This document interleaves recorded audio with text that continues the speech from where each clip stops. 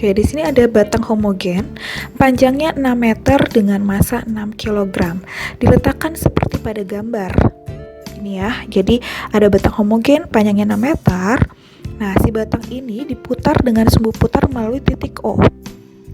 Di mana titik O ini letaknya berada 2 meter dari A dan 4 meter dari B. Nah, yang tanya momen inersianya adalah, oke, ini di sini sudah dijelaskan bahwa bentuknya adalah batang homogen. Nah, momen inersianya artinya tidak kita gunakan yang I sama dengan mr kuadrat karena itu untuk partikel. Sedangkan ini adalah batang homogen, maka kalian perlu lihat lagi tabel momen inersia benda-benda homogen. Nah, di situ kalian akan menemukan batang homogen yang memiliki poros yang melewati pusat massanya seperti ini. Batang homogennya panjangnya sepanjang L dan porosnya melalui pusat massa seperti ini. Nah, nilai I-nya atau momen inersianya adalah 1/12 ml kuadrat. Nah, ini untuk kasus bila si batang homogennya porosnya melalui pusat massanya seperti ini. Dan kita lihat gambarnya. Dari gambar, ini mirip sama si tabel bagian batang homogen yang poros massanya melalui pusat massa. Bedanya adalah yang ini porosnya ini letaknya tidak di pusat massa, melainkan dia berada 2 meter dari A dan 4 meter dari B. Kalau dia berada di pusat massa, apabila nih batang homogennya panjangnya 6 meter, artinya bila ini A, ini B, seharusnya si porosnya berada di 3 meter dari A dan 3 meter dari B. Tapi yang terjadi adalah si porosnya dia letaknya 2 meter dari A, artinya porosnya dia maju 1 meter. Jadi porosnya pindah ke sini. 2 meter dari A dan 4 meter dari B. Dia maju sejauh 1 meter. Nah, kalau seperti ini pusat massanya berubah atau berpindah, yang harusnya ada di tengah dia pindah. Nah, maka rumus momen inersianya adalah I sama dengan I yang letaknya di pusat massa ditambah M D kuadrat. Ini pernah ada juga contohnya dijelaskan di Zoom, ada juga di materi kalian coba cek lagi.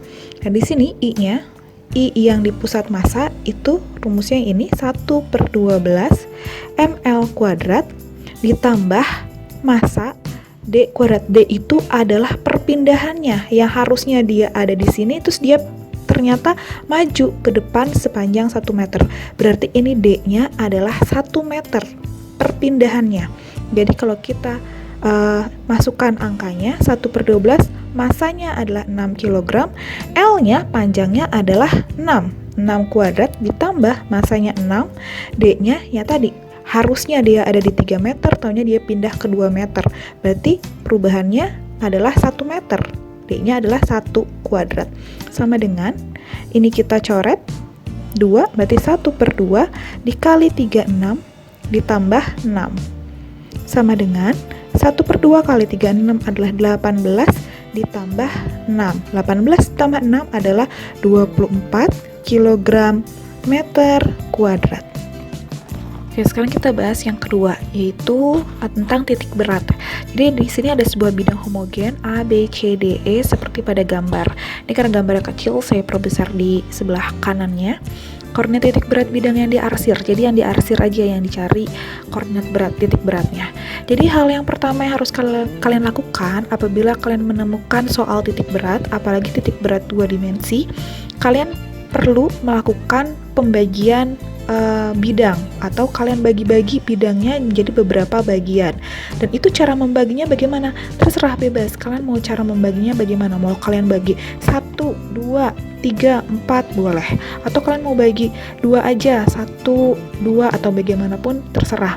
Atau kalian mau bagi menjadi 5 bagian, itu bebas. Pokoknya kalian bagi semudah mungkin bagi kalian, maka nanti hasilnya akan sama. Di sini saya akan bagi versi saya. Jadi saya akan bagi versi saya bikin 2 warna untuk bangun yang pertama, karena saya mau membagi menjadi 2 bangunan. Jadi bangunan pertama saya akan ngambil yang ini bangunan yang pertama. Bangunannya bentuknya persegi, panjang, ini adalah bangunan 1. Lalu bangunan yang kedua, saya akan menggunakan berwarna lain.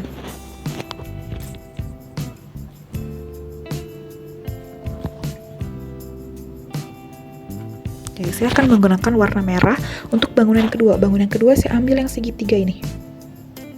Nah, ini adalah bangunan yang kedua. Saya ngambil yang dia bolongnya ini sebagai bangunan yang kedua. Oke, berikutnya saya bikin komponen-komponennya. Oke, komponen yang pertama untuk bangun yang pertama, B1 untuk bangunan yang pertama. Komponen yang kita perlukan adalah A1, X1, Y1. Oke, A1 berarti yang namanya A itu artinya luas. Berarti luas bangunan yang pertama. Bangunan yang pertama bentuknya persegi panjang.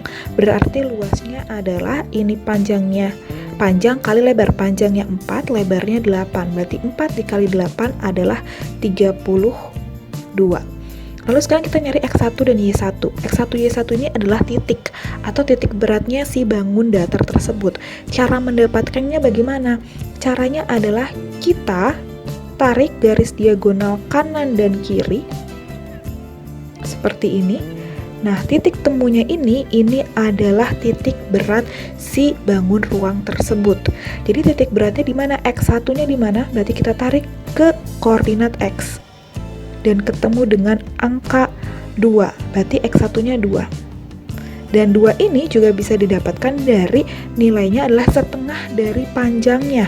Panjangnya 4, berarti setengahnya adalah 2. Y1 juga sama, kita tarik ke koordinat Y. Nah, di sini angkanya. Nah, karena di sini tidak ada angkanya berapa, nah nilai Y ini juga kalau tadi X itu adalah setengah dari panjangnya, kalau Y itu adalah setengah dari lebarnya atau setengah dari tingginya. Kalau tingginya tadi adalah 8, lebarnya 8, maka setengahnya adalah 4. Berarti di sini angkanya seharusnya ada angka 4, seperti itu. Nah, udah dapat A1, X1, Y1.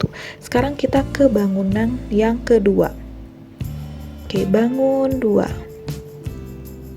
Nah, bangun 2 ini bentuknya segitiga, berarti A2, X2, dan Y2. A2-nya adalah luas segitiga. Luas segitiga adalah alas kali tinggi bagi 2. Oke, kita lihat alasnya adalah, berarti yang ini ya, segitiganya kebalik. Alasnya adalah yang ini. Alasnya panjangnya adalah 4. Dari sini, dari E ke C, itulah 4. Dikali tingginya. Tingginya adalah yang ini. Ya kan ya? Nah, tingginya dari sini ke sini, itu adalah dari 8, angka 8 ke angka 5. Berarti 8 kurang 5 adalah 3. Berarti tingginya adalah 3 dibagi 2. 4 kali 3 adalah 12. 12 bagi 2 adalah 6. Berarti A2 adalah 6. Sekarang X2. Nah, caranya juga sama. Kita bikin diagonal kanan dan kiri. Nah, titik temunya di sini itu adalah titik berat bangun tersebut. Oke, untuk X2, X2-nya kita tarik juga titiknya ke koordinat X dan ketemu dengan angka 2. Berarti X2-nya adalah 2. Mudahnya juga sama. Jadi nilai X itu adalah si setengah dari alasnya. Alasnya adalah 4, berarti setengah dari 4 adalah 2. Nah, sekarang yang Y. Yang Y sama, kita tarik ke koordinat Y. Di sini. Nah, di sini kita nggak tahu angkanya berapa. Itu ya, kalau kita kira-kira sebenarnya bisa aja. Cuman untuk memastikan yang kira-kira itu benar atau tidak, caranya adalah kita harus tahu dulu angka dari sini ke sini berapa. Nah, kita udah tahu ada di tabel juga. Jadi nilai ini nih dari si alas ini ke titik ini, tuh titik berat yang ini, itu besarnya adalah 1/3 kali tinggi. Ini dari mana 1/3 kali tinggi? Jadi itu aturan dari segitiga. Jadi segitiga itu titik beratnya dari alas ini ke titik ini itu nilainya adalah 1/3 dari tingginya. Jadi untuk menentukan nilai angka di sini berapa, yaitu 8 dari sini ke sini nih, dari A ke E itulah 8. Sini adalah 8, lalu kita kurang dengan dari sini ke titik yang kita cari. Jadi 8 dikurang 1/3 T. Dapatlah angka di titik ini yang kita cari. Oke, jadi 8 dikurang 1/3 kali T-nya adalah tadi 3. Sama dengan 8 dikurang 1/3 kali 3 adalah 1. 8 kurang 1 adalah 7. Jadi di sini angkanya 7. Pasti kalian udah mengira juga angkanya di sini 7 kan? Nah, untuk memastikannya seperti itu dan ternyata benar, angkanya 7. Gitu ya. Sekarang kita tinggal masukin ke rumusnya. Rumusnya X sama dengan A1 kali X1 dikurang, nah kenapa dikurang? Jadi A1 kali X1 itu adalah kotak yang besar ini nih, bangun yang pertama, dan yang berikutnya yang A2 kali X2 ini punya bangun ruang yang putih, yang tidak diarsir. Jadi kita anggap bahwa bangunnya ini yang kotak, lalu diambil si bagian segitiga ini keluar. Jadi kita kurangkan dengan bangunan segitiga tersebut. Gitu. Makanya di sini muncul kurang, gitu ya. Karena yang kita cari cuma yang diarsir aja. Oke, dibagi A1 dikurang A2. Tinggal masukin A1-nya adalah 32, dikali X1-nya adalah 2, dikurang A2-nya adalah 6, dikali X2-nya adalah 2, dibagi 32, dikurang 6. Sama dengan 32 kali 2 adalah 64, dikurang 12, dibagi 32 kurang 6 adalah 26. Maka sama dengan 64 dikurang 12 adalah 52 dibagi 26. 52 dibagi 26 adalah 2. Kita dapat nilai X-nya 2. Di sini nilai X2 itu ada yang ini, ada yang ini, dan ada yang ini. Sekarang kita tinggal nyari yang Y-nya. Itu ya. Sekarang kita nyari yang Y-nya. Oke, yang X-nya udah, jadi kita bisa hapus nilai X-nya.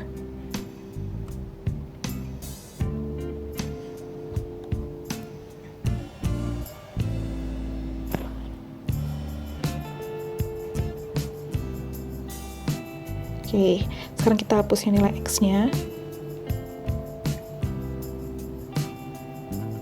Kita bikin yang nilai yang Y.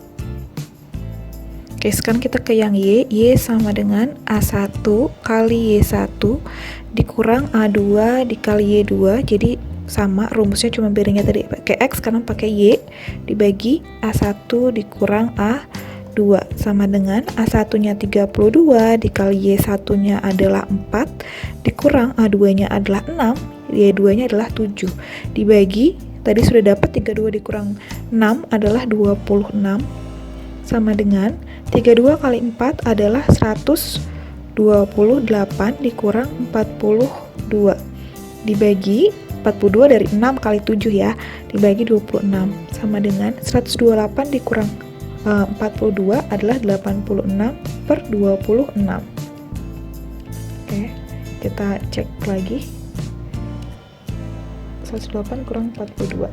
Oke, 86 dibagi 26 adalah 3,3.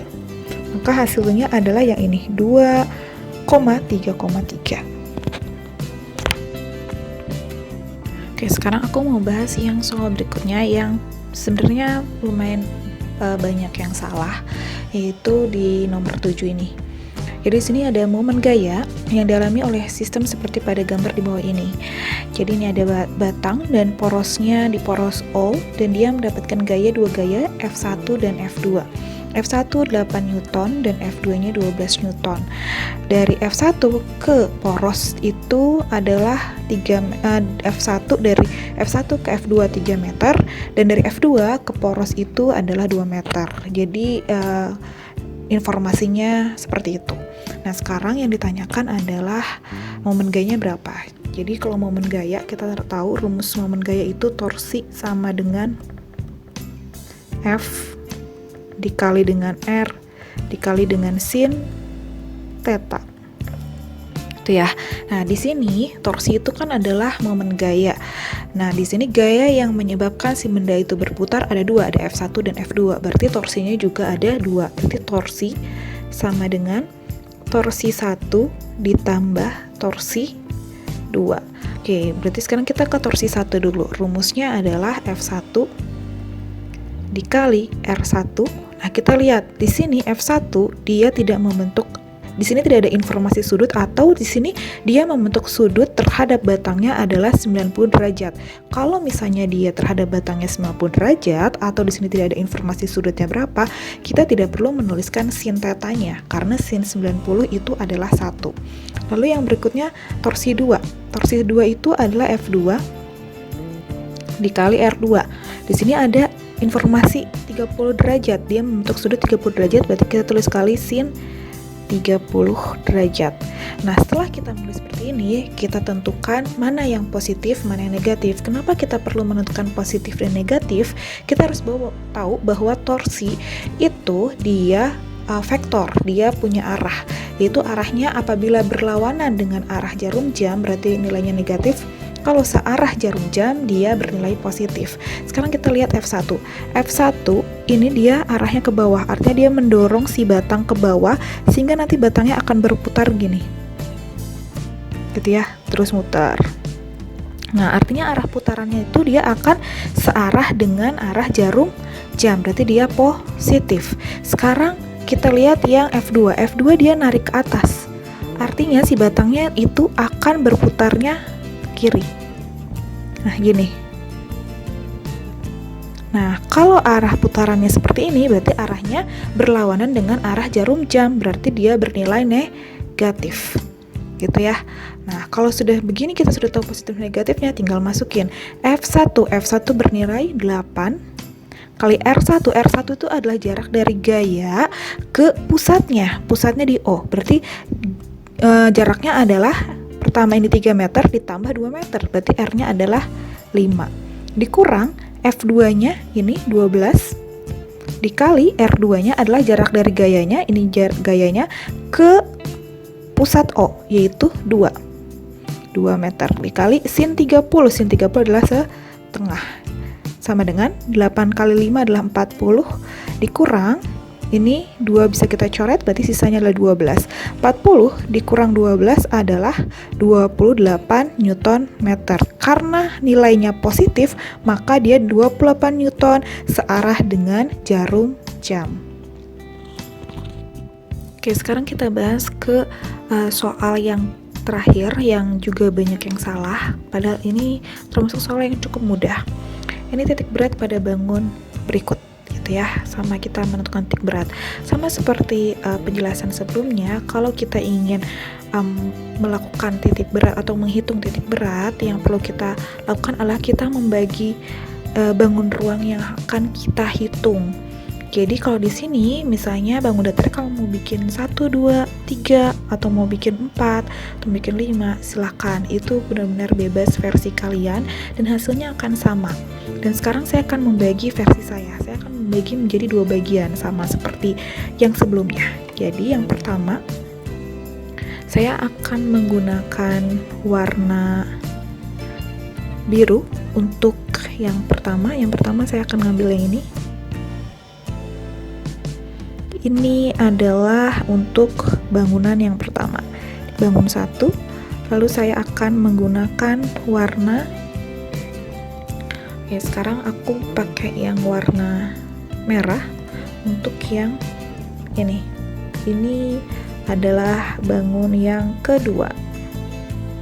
Jadi sama kayak tadi, aku mau pakai prinsipnya adalah bangun 1 adalah bangunan secara keseluruhannya dan bangun 2 itu yang diambil dari bangunan 1.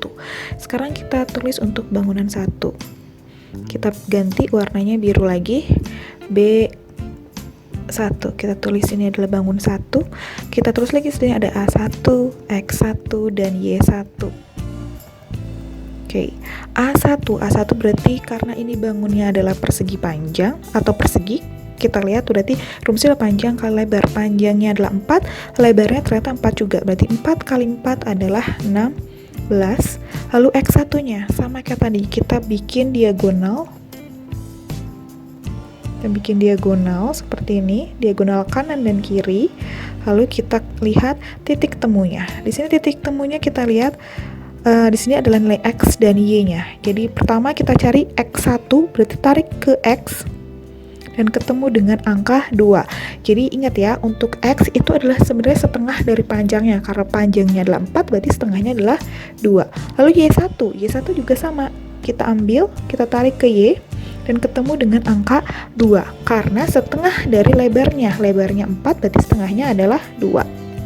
Gitu, kita dapat untuk yang bangun pertama. Sekarang kita ke bangun yang kedua. Kita ganti warna merah lagi. Oke, bangun yang kedua, B2. Kita tulis juga A2, X2, dan Y2. Oke, A2 di sini bangunannya dia persegi juga. Di sini panjangnya adalah 2. 2 dikali ini panjang ke atasnya adalah dari 1 ke 3. Berarti 2 juga ya. 2 kali 2 adalah 4. X2-nya kita bikin juga kayak tadi, bikin diagonal kanan dan diagonal kiri. Nah, titik temunya itu dia. Dan di sini titik temunya adalah kalau misalnya ini panjangnya 2, harusnya kita bertemu dengan angka 1. Jadi 2 dibagi dengan 2 adalah 1. Y2-nya adalah, kita tarik ketemu angka 2. Karena kenapa bisa ketemu angka 2? Nah, kenapa bukan harusnya kan tadi setengah dari panjangnya, sedangkan setengah dari panjangnya itu adalah harusnya 1. Jadi di sini seperti ini. Jadi setengah dari panjangnya dari sini ke sini adalah 1. Setengah dikali dari panjangnya 2, tapi kita ngitungnya sampai bawah. Jadi dari sini ke sini dapat setengah kali 2 adalah 1, dan kita ngitungnya sampai bawah sini. Jadi 1 ditambah 1. Jadi nilainya ditambah 1. Maka nilai Y2-nya adalah 2. Gitu. Oke. Jadi kita hitungnya sampai bawah sini. Gitu ya. Jadi bukan atasnya aja. Jadi sampai bawah. Jadi dari sini, titiknya dari sini ke sini, tadi setengahnya berarti nilainya 1. Dan dari sini ke sini ke bawah itu juga nilainya 1. Jadi 1 ditambah 1 adalah 2. Oke, kita udah dapat, kita tinggal masukin. Rumusnya adalah kita cari nilai X-nya dulu. X sama dengan A1 kali X1 dikurang A2 kali X2. Ingat ya, saya menggunakan dikurang karena bangunan yang besar, itu bangunan 1, dikurang bangunan yang kecil. Karena bangunan kecil ini tidak diarsir. Jadi bangunan kecilnya kayak saya ambil keluar gitu ya. Dibagi A1 dikurang A2. Sama dengan A1-nya 16 dikali X1-nya adalah 2 dikurang A2-nya 4, X2-nya 1 dibagi 16 dikurang 4. Sama dengan 16 kali 2 adalah 32 dikurang 4 dibagi 12. 32 dikurang 4 adalah 28/12. Kita lihat di sini itu dia bentuknya pecahan campuran, berarti 28 dibagi 12 kita dapat sama dengan 2. 2 kali 12 itu adalah 24, berarti 28 dikurang 24, sisanya adalah 4. 4/12. Kita perkecil, berarti 2, 1/3. 2, 1/3. Oke, kita lihat X-nya yang ada 2, 1, ini X kan, berarti X yang ada 2, 1/3 adalah yang ini, 2, 1/3, dan Y-nya 2. Kalau kita buktikan, kita coba dapat Y-nya, Y sama dengan A1 kali Y1 dikurang A2 kali Y2 dibagi sama seperti ini, bawahnya adalah 12. Sama dengan A1-nya adalah 16 dikali Y1-nya 2 dikurang A2-nya adalah 4 dikali 2 dibagi 12. 16 kali 2 adalah 32 dikurang 8 dibagi 12. 32 dikurang 8 adalah 24 dibagi 12. 24 dibagi 12 adalah 2. Jadi nilainya adalah 2/1/3,2.